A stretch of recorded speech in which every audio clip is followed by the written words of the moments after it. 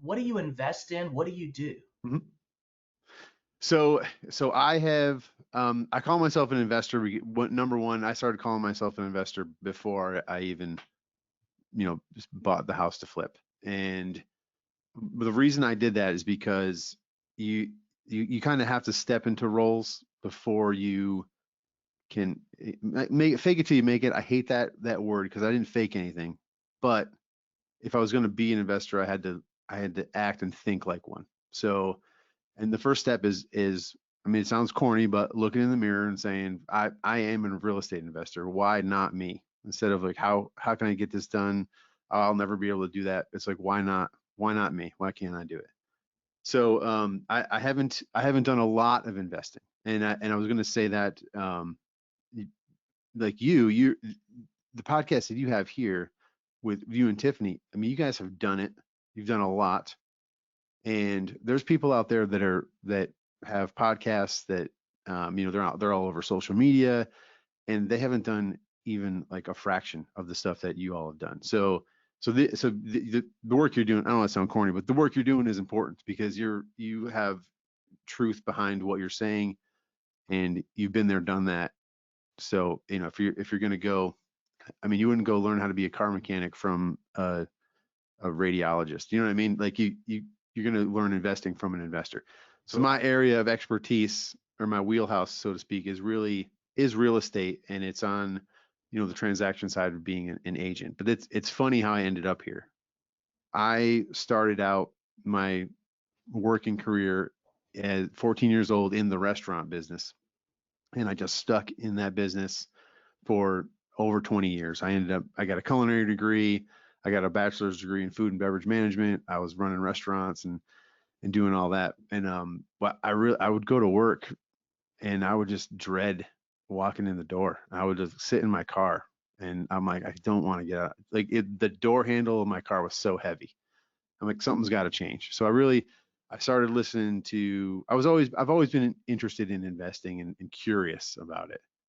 Just never had the really guts to really do anything about it. But when you get to a point where you're like, something's got to change. So, but let me revisit this investing dream that I've had that I've kind of stuffed down. And so I started listening to podcasts.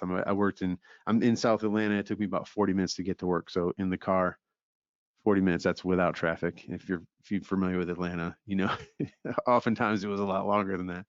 But I would listen to Bigger Pockets and anything I could kind of consume about around real estate. And then I started to think, well, how am I gonna do this? Because I don't have, this is when you're first starting out, you're like, what's the first thing you think of? Like, I don't have the money. I don't have the money to do this. I could never do this. I need to, all these rich people can go and invest, but I'm not, I need money to make money. So I said, well, what's the best way I can do this? So I figure, well, I need to change something. I want to get into real estate. So I'm going to get my real estate license. I can just close deals, sell real estate, and then I'll use that money to invest. And of course, as I learned that, being a real estate agent is, oftentimes just as difficult. You got to work. You got to put in the work. You got to grind and grind and grind. It's like a 90-day cycle. You don't get a paycheck, until after it's all said and done, which oftentimes that happens in investing as well.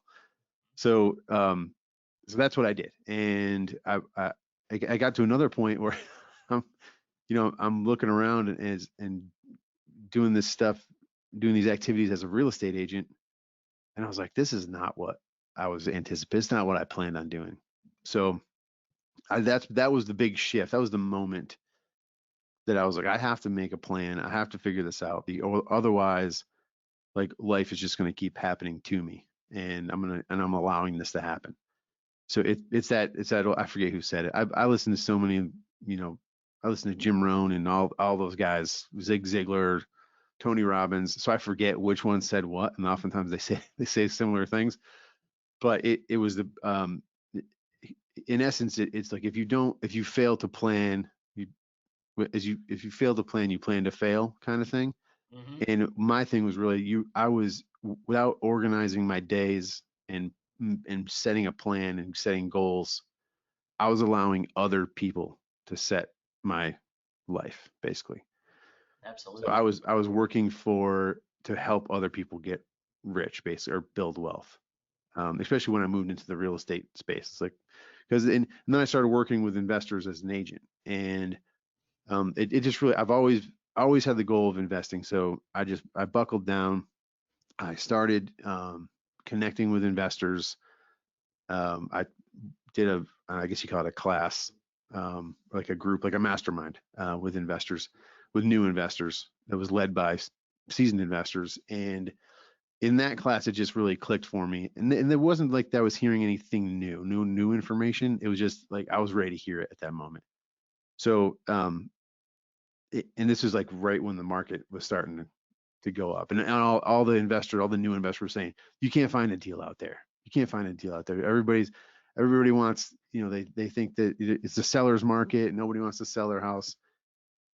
And I just was like, I stayed quiet when everybody was complaining. I'm like, I'm gonna get a house somehow. And then everybody said, especially you can't get a house off the MLS. Like that's just unheard of. That's not happening right now, which it was not very common. But I said to myself, well, I'm in real estate. If it's on the MLS, because I need to make it efficient, because I still have to make money, help my clients and all that. So what I did was I made a plan. I'm gonna submit 3 offers every single day, no matter what. Like that's if I do nothing else in that day, I'm submitting 3 offers.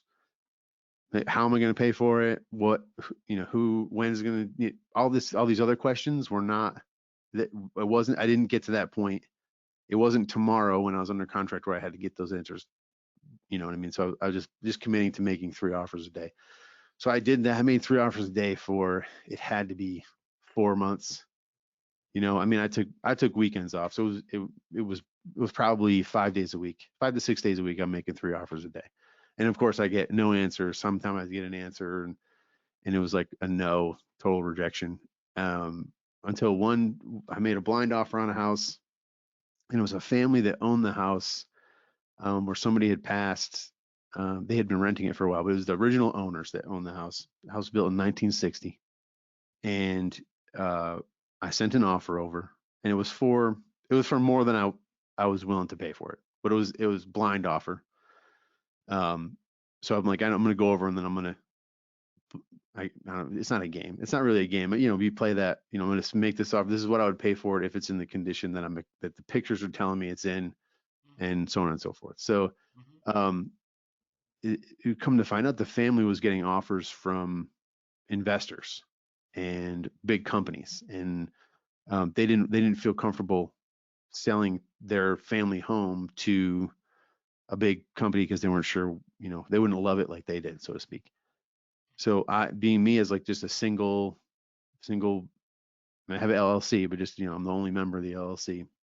So they kind of trusted me that I was going to do the right thing with their house. So I Right. ended up winning the deal.